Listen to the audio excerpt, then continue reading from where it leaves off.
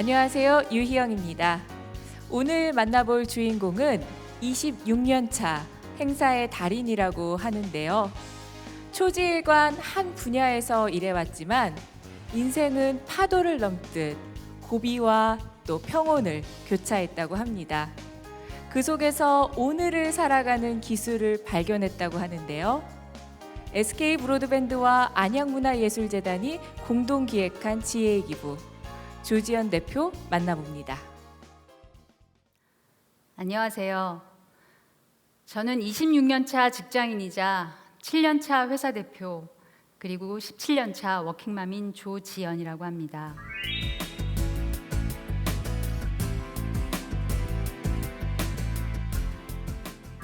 직장인, 대표, 엄마 이러한 키워드들은 어찌 보면 평범하게 들리실 텐데요. 우리 주변에 늘 있는 분들이기도 합니다. 하지만 이 평범한 역할을 해내기 위해서 저는 하루하루 열심히 살아왔던 것 같습니다. 하루라는 것이 어찌 보면 아무 일도 아닌 것 같지만 또 커다란 파고를 만나면 굉장히 고통스럽잖아요.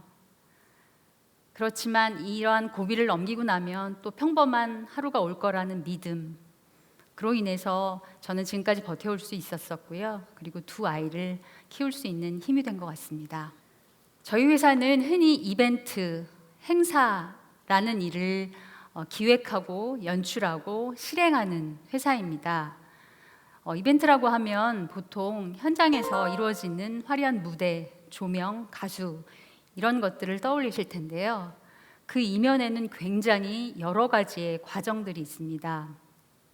예를 들어 말씀드리자면 저는 주로 자동차 브랜드에 대한 경험이 많은데요. 그 자동차 하나의 신차 발표회를 위해서는 그 자동차의 특장점을 이해하고 직접 타보기도 하고요. 공장에 가서 살펴보기도 하고요. 그리고 그 자동차를 타게 될 타겟층들, 그들의 성향은 어떠한지, 그들이 좋아하는 것은 무엇인지에 대한 공부를 합니다. 그리고 어떤 과정을 통해서 유통이 되는지 이러한 시장도 조사를 하죠. 그 여러 가지 조사를 통해서 만들어진 키워드를 가지고요. 저희가 컨셉을 만듭니다.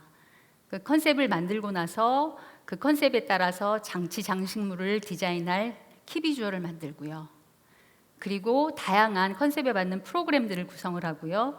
그 자동차에 맞는 모델을 섭외하고 또 여러 가지 소품들 구매하고 시스템을 설치하고 하는 일련의 과정들을 거치게 됩니다. 제가 진행했던 행사 중에서 좀 기억나는 행사를 말씀을 드리자고 하면은 한 2만 5천 명 정도가 참석하시는 행사였고요. 기업의 임직원들과 가족분들을 초대해서 진행하는 행사였습니다. 그 행사의 담당자분들은 12분 정도 되셨고 저희 직원들은 8명이었습니다. 그 20명이서 한 달 반 동안 거의 3시 이전엔 집을 갔던 기억이 없습니다. 12분께서 매일매일 메일을 보내시죠. 한 분이 10개가 넘는 메일, 하루에 수백 통의 메일이 옵니다. 이것 좀 해달라, 저것 좀 수정해달라. 그러면 저희가 그 메일을 접수해서 다양하게 프로그램을 구성하고 여러 가지 의견에 반영하는 그런 과정을 거쳤습니다. 2만 5천 명을 만족시키기 위해서 제 생각에는 한 2만 5천 가지의 과정을 겪었던 것 같습니다. 이런 과정들은 사실 늘 새로운 과정들입니다. 저희가 똑같은 과정이 한 번도 없습니다. 모두 새로운 브랜드, 새로운 경험들, 새로운 참가자들을 위해서 진행되는 일이기 때문에요. 그런데 이런 과정들이 저한테는 성향이 맞았던 것 같습니다. 물론 매일 야근하고 매일 처리하고 밤샘 작업 많이 하고 그리고 저희가 주말에 행사가 많이 진행되기 때문에 주말 업무가 많기 때문에 쉽지는 않았습니다. 하지만 이것조차도 저한테는 어떤 성취감과 긴장감의 연속이었기 때문에 한 26년 동안 열심히 하루하루 버텨올 수 있었을 것 같습니다. 사실 저는 그 어릴 때 꿈은 이벤트 하는 사람은 아니었습니다. 어릴 때는 꿈이 가수였던 적도 있었었고요. 아주 어린 시절에 저는 조 선생님 댁 막내딸로 불리우는 아이였습니다. 산남 일녀 중에 막내로 태어났고요. 강원도 원주에서 태어나서 자라왔습니다. 초등학교 때부터 대학교 때까지 모두 원주에서 자라왔고요. 그래서 유년 시절과 학창 시절의 기억은 모두 강원도 원주에 있습니다.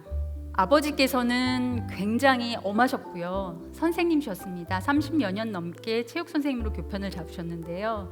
너무너무 엄하셨지만 반면에 굉장히 가정적인 분이셨습니다. 매월 17일이 아버지 급여일이셨어요. 그러면 집으로 전화를 하시죠.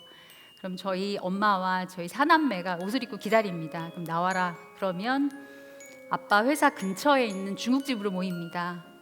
그래서 그때 가장 맛있었던 음식인 짜장면을 먹으면서 매월 17일 기다렸던 것 같습니다.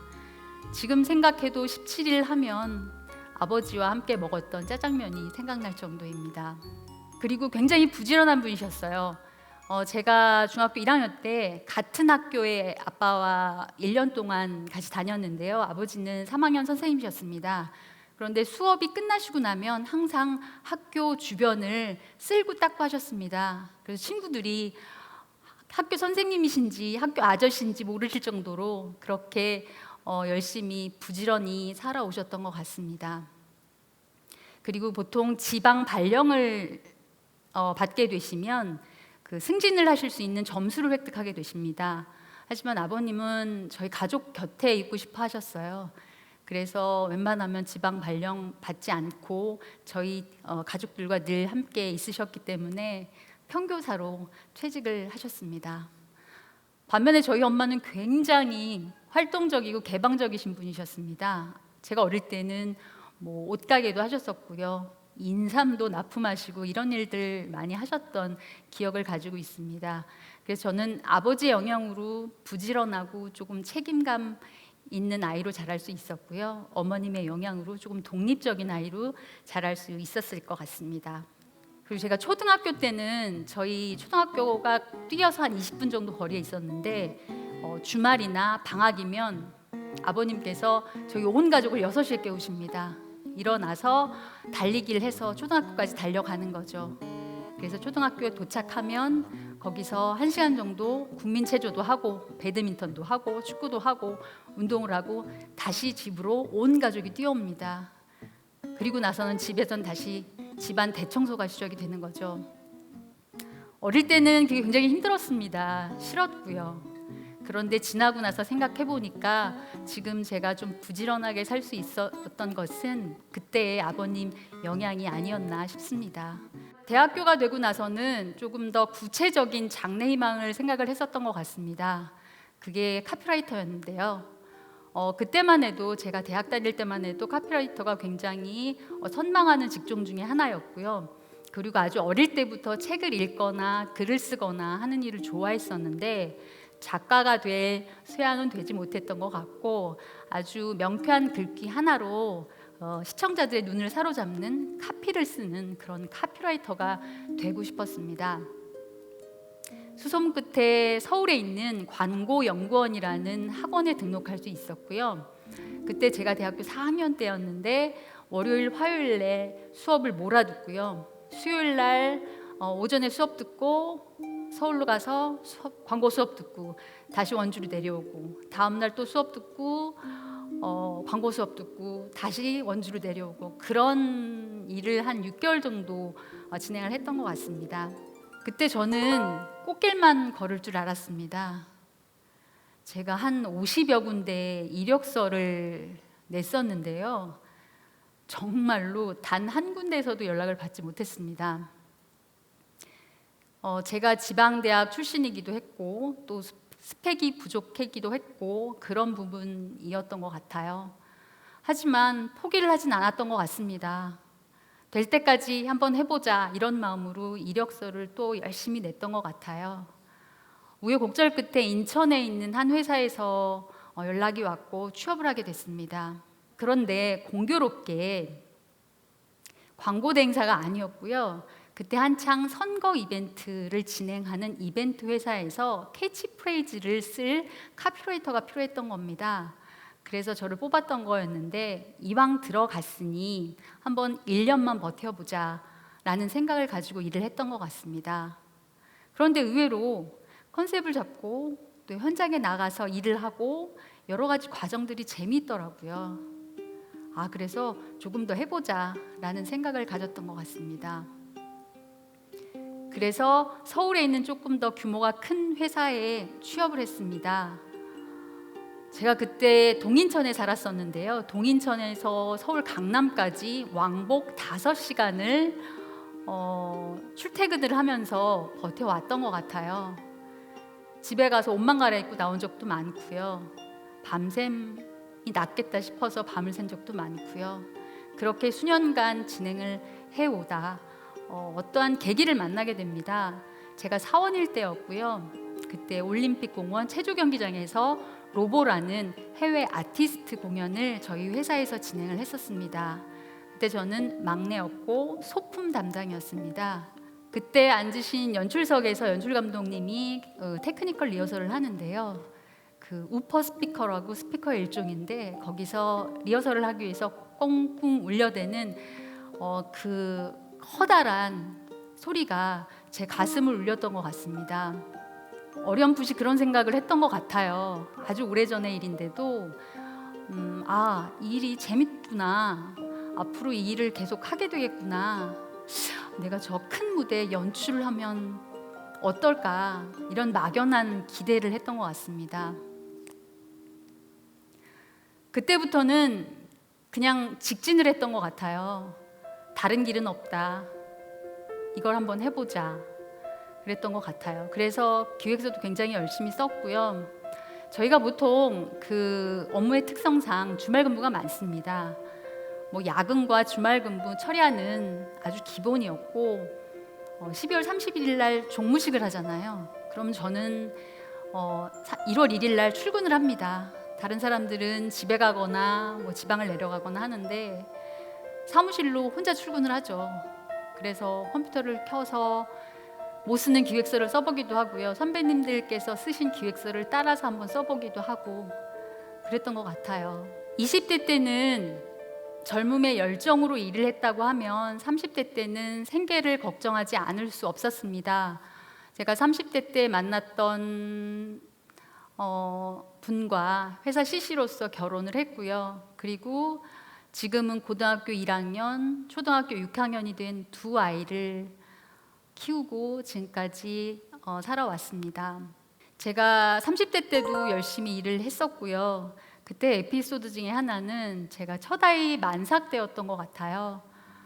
그때 연출을 보게 되었었는데 담배 회사의 신제품 발표 행사였습니다. 그런데 저는 그 행사 당일까지도 담배를 직접 피우면서 행사를 하신다고 생각을 전혀 할 수가 없었습니다. 그런 말씀이 없으셨고요. 그래서 무주에 도착을 해서 이제 연출을 하려고 연출석에 올라갔는데 갑자기 그 참가한 영업사원 분들께 신제품인 담배를 각 2갑씩 올려놓고 한 3시간에서 4시간 내내 이 제품에 대한 특징, 어떻게 하면 어필해서 영업을 할 수 있는지에 대해서 설명하는 그런 시간이 진행이 됐습니다. 제가 이미 무주까지 내려갔고요. 연출을 하게 되었기 때문에 못한다고 할 수가 없었습니다. 그래서 서너 시간 동안 한 담배 냄새, 천여갑 냄새를 맡아가면서 행사 연출했던 경험을 가지고 있습니다. 큰아이 6살 때, 둘째 아이 2살일 때 저에게 큰 시련이 왔습니다. 그때 어쩔 수 없이 제가 혼자서 두 아이를 양육해야 된 상황에 놓여 있게 되었는데요. 그때 저희 회사가 공교롭게 굉장히 많이 바빴습니다. 그래서 육아와 일을 병행할 수가 도저히 없는 그런 상황이었습니다. 그래서 어쩔 수 없이 제가 창업을 하게 됐습니다. 뭐 다른 분들은 어떠실지 몰라도 저는 원대한 꿈을 품고 창업을 했던 건 아니었습니다. 저와 두 아이와 또 미래에 대해 할 수 있는 유일한 방법이었습니다. 그래서 창업을 했고요. 그런데 저희가 하는 일이 개인을 대상으로 하는 일이 아니라 보통 기업이나 아니면 공공기관과 거래를 해야 되는 B2B 비즈니스입니다. 그러다 보니 여자 대표 혼자서 기업을 상대로 혹은 공공기관을 상대로 영업을 하는 것 자체가 굉장히 어려움이 많습니다. 그리고 제가 창업을 하기 전까지 한 대표님과 한 15년 정도 같이 일을 했었는데요. 기존 거래처 일을 한다는 것은 도의적으로 제가 맞지 않다는 판단이 들어서 그렇게 할 수 도저히 없었습니다. 한마디로 맨 땅에 헤딩하는 것처럼 회사를 창업을 했고요. 저를 따르는 몇몇 친구들과 함께 빈몸으로 회사를 창업을 했습니다. 첫 해, 둘째 해는 굉장히 많이 힘들었습니다.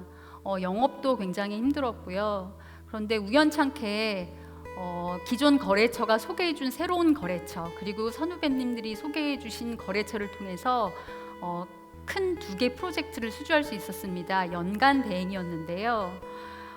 그런데 하나의 브랜드는 그 사회적인 이슈가 있어서 일을 할 수 없는 상황이었었고요. 또 하나의 프로젝트는 매출 부진으로 인해서 마케팅 비용을 쓸 수 없는 그런 상황이었습니다. 제가 애초에 2개 브랜드를 수주를 했기 때문에 직원들을 조금 많이 뽑았습니다. 그런데 일이 없는 거예요. 그렇다고 해서 직원들을 내보낼 수도 없고, 그렇다고 해서 직원들 급여를 밀릴 수도 없고, 직원들 앞에서는 굉장히 의연하게 대처를 한다고 했는데 뒤돌아서 우는 날이 굉장히 많았습니다. 제가 창업하기 전에 한 20년 동안 번 돈을요, 창업 첫 해에 다 잃었습니다. 그때 굉장히 고통스럽고 힘들었는데요.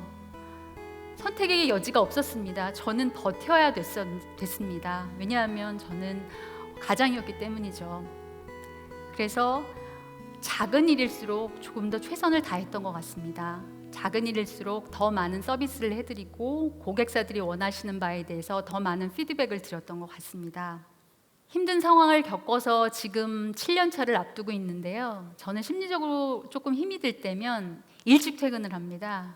일찍 퇴근을 해서 아이들과 맛있는 거 먹고요. 소소한 이야기들을 많이 합니다. 친구 얘기도 하고요. 연예인 얘기도 하고요. TV 프로그램 얘기도 하고요. 그리고 아이들한테 힘을 받아서 다시 출근을 하죠. 그리고 어릴 적 같이 일했던 동기들도 저한테 굉장히 큰 힐링 포인트입니다. 우리 그때 치열하게 열심히 살았었잖아. 우리 그때 그랬었잖아. 라는 이야기를 하면서 힐링을 하는 시간이기도 하고요. 또 어릴 때 만났던 선배님들을 찾아뵙고 사업에 대한 노하우라든지 직원 관리의 어려움이라든지 아니면 영업이라든지 사업을 운영하는 데 있어서 도움이 되는 조언들을 많이 얻고자 합니다. 그리고는 다시 처음으로 셋업해서 다시 시작하는 거죠. 저는 요즘도 버텨가는 하루하루입니다. 다들 아시겠지만 코로나19로 인해서 전 세계 모든 분들이 어려움을 겪고 있습니다. 저희 업종도 위기 업종으로 지정이 돼서 굉장히 많이 힘듭니다. 왜냐하면 저희는 사람들을 모아야 하는 업인데 지금 사람들이 모일 수 없는 상황이기 때문입니다. 하지만 제가 긍정적으로 버틸 수 있는 이유가 하나 있습니다. 왜냐하면 저희는 첫 해에 훨씬 더 큰 어려움을 미리 겪었기 때문이죠. 그래서 온라인 이벤트를 병행하면서 조금 사업 범위도 넓혀가고 있고요. 또 아주 창업 초기에 겪었던 그 어려움을 바탕으로 긍정적으로 버텨내가는 방법들을 배우고 있습니다. 지금도 여전히 규모도 작고 성장 중인 회사지만 이제 곧 창업 7년 차를 바라보고 있습니다. 제가 지금까지 버틸 수 있고 또 긍정적으로 미래를 생각할 수 있는 건 모두 사람의 힘이 큽니다. 직원들이 저를 믿고 따라주고 있고요. 광고주를 위해서 혹은 고객사를 위해서 훌륭하게 퀄리티를 맞춰주고 있고요.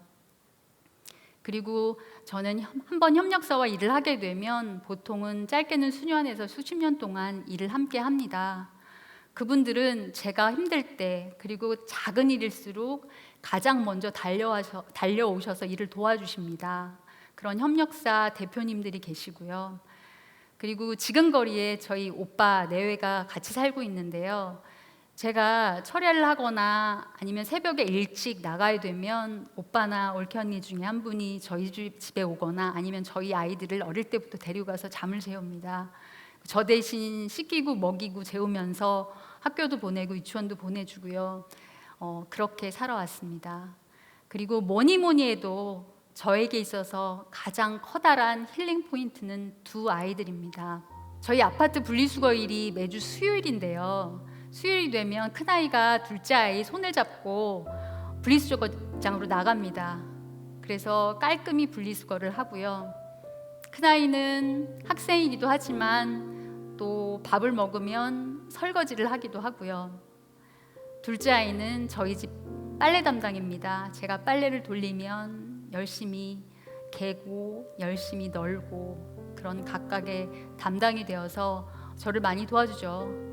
그리고 무엇보다 가장 큰 것은 아이들이 저한테 있어서 너무너무 좋은 상담가입니다. 제가 심리적으로 힘들거나 조금 우울하거나 하면 특히 둘째와 많은 상담을 하는데요. 둘째 아이에게 이런저런 이야기들을 시시콜콜 늘어놓습니다. 그럼 둘째가 아주 심플하게 얘기해 줍니다. 하기 싫으면 하지 마. 안 하면 되잖아. 누가 엄마 그렇게 괴롭혀? 데리고 와. 다 때려줄게. 그러면 저는 그 어려움이 눈 녹듯이 사라집니다. 저는 내년이면 쉰이라는 나이가 됩니다. 너무 많지도 않고요. 적지도 않은 나이죠. 쉰 이후의 제 삶은 원대한 꿈이나 창대한 희망을 가지고 있지는 않습니다. 하루하루 편안하고 행복한 것이 저의 작은 소망입니다. 저희 부모님 두 분 다 작고하셨지만 저희 부모님처럼 살고 싶습니다.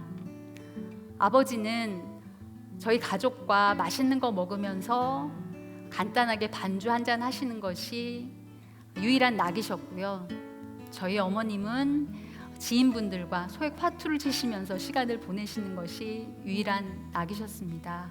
저는 그렇게 평범하게 하루하루 편안하게 나이 먹고 싶습니다. 아이들한테는 달달한 열매를 따주고요. 아이들이 힘들어할 때는 그늘이 되어주는 그런 나무 같은 엄마이고 싶고요. 직원들이나 동료에게는 일을 함께 나눠가는 그런 함께 현장 일을 하는 사람이고 싶고요. 그리고 지금도 새로운 일을 만나면 가슴이 설레고 제가 직접 도전하는, 발견하는 기획자가 저희의 꿈입니다.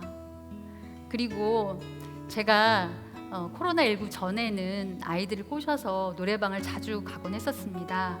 보통 가면 1시간 부르고 나서 노래방 주인분께서 한 2번 정도 더 서비스를 주시는데요. 조금 더 나이 먹어도 아이들과 혹은 손주가 생기면 그 아이들과 함께 노래방 가서 노래하는 것이 저희의 소소한 낙입니다. 어머님께서 저에게 해주신 이야기를 끝으로 제 이야기를 마칠까 합니다. 어머님께서 저한테 그러셨어요. 제가 한 10년 전쯤에 굉장히 개인적으로 어려운 고비를 맞았었는데요. 그때 어머님을 찾아가서 말씀을 드렸습니다. 엄마, 나 이러한 일이 있었어. 그래서 이런 결정을 해야 될 것 같아 라고 말씀을 드렸죠. 어머님께서 한참을 들으시더니 나지막히 한 말씀 하시더라고요. 지연아, 엄마가 나이가 70이 넘었는데 인생 살아보니 별거 아니더라. 그냥 하루하루 편안하게 사는 것, 그게 다더라. 그 선택이 조금 더 너한테 편안한 길이면 선택해라. 엄마는 괜찮다. 이미 결심을 쓰고 말씀을 드리긴 했지만 엄마의 그 한 말씀이 저한테 큰 힘이 됐던 것 같아요. 그래서 어려운 결정을 내리게 되었고요. 그 결정 이후에 저는 훨씬 더 행복한 삶을 살고 있습니다. 먹고 싶은 거 먹고 있고요. 보고 싶은 거 보고 있고요. 가고 싶은데 가려고 노력하고 있습니다. 물론 혼자서 아이들을 키우는 것, 회사를 운영하는 것, 일을 하는 것, 야근하는 것, 주말 근무하는 것 쉽진 않습니다. 어려운 일이긴 하지만 그러한 일이 있을 때마다 어릴 때 부모님이 하셨던 이야기들, 부모님이 하셨던 생활들을 되짚어 봅니다. 그리고는 스스로 주문을 겁니다. 괜찮아. 버텨낼 수 있어. 다 지나가. 주문을 걸듯이 그런 얘기들을 마음속에 되뇌어 보이는데요. 오늘 제 이야기를 들으신 여러분들은 어떠신가요? 하루하루 편안하게 보내고들 계신가요? 행복이란 게 별게 없는 것 같습니다. 먼 데에 있는 것 같지도 않습니다. 제가 한 3년 전쯤에 2 아이를 데리고 해외여행을 갔던 적이 있어요. 그동안 일 핑계로 전혀 멀리 놀러를 못 갔었는데 2 아이를 데리고 여행을 갔었고 그 유람선을 샀었는데요. 그 유람선 뱃머리에서 두 아이들은 부서지는 파도 속에서 깔깔거리면서 웃고 있었고요. 저는 그 뒤에서 그 두 아이들을 바라보고 있었습니다. 그때 그런 생각을 했던 것 같아요. 아, 이게 행복이구나. 행복이 별게 아니구나. 멀리 있는 것이 아니구나. 그런 생각을 했던 것 같습니다. 저는 지금도 그래왔듯이 앞으로도 하루하루 평안하게 살기 위해서 최선의 노력을 다할 것입니다. 행복에도 연습이 필요한 것 같습니다. 여러분도 하루하루 평안하게 행복해지는 연습을 하시면서 살아가시면 어떨까요? 네, 이상 저희 이야기를 마치겠습니다. 감사합니다. 강의를 들으면서 괜찮다는 말 한마디가 행복의 주문이 될 수 있다는 점이 참 인상 깊었는데요. 지금 이 순간 여러분들도 긍정적인 언어로 행복의 주문을 외워보는 건 어떨까요? 저희가 준비한 지혜의 기부 여기까지입니다. 다음 이 시간 더 좋은 내용으로 찾아뵙도록 하겠습니다. 시청해주신 여러분 고맙습니다.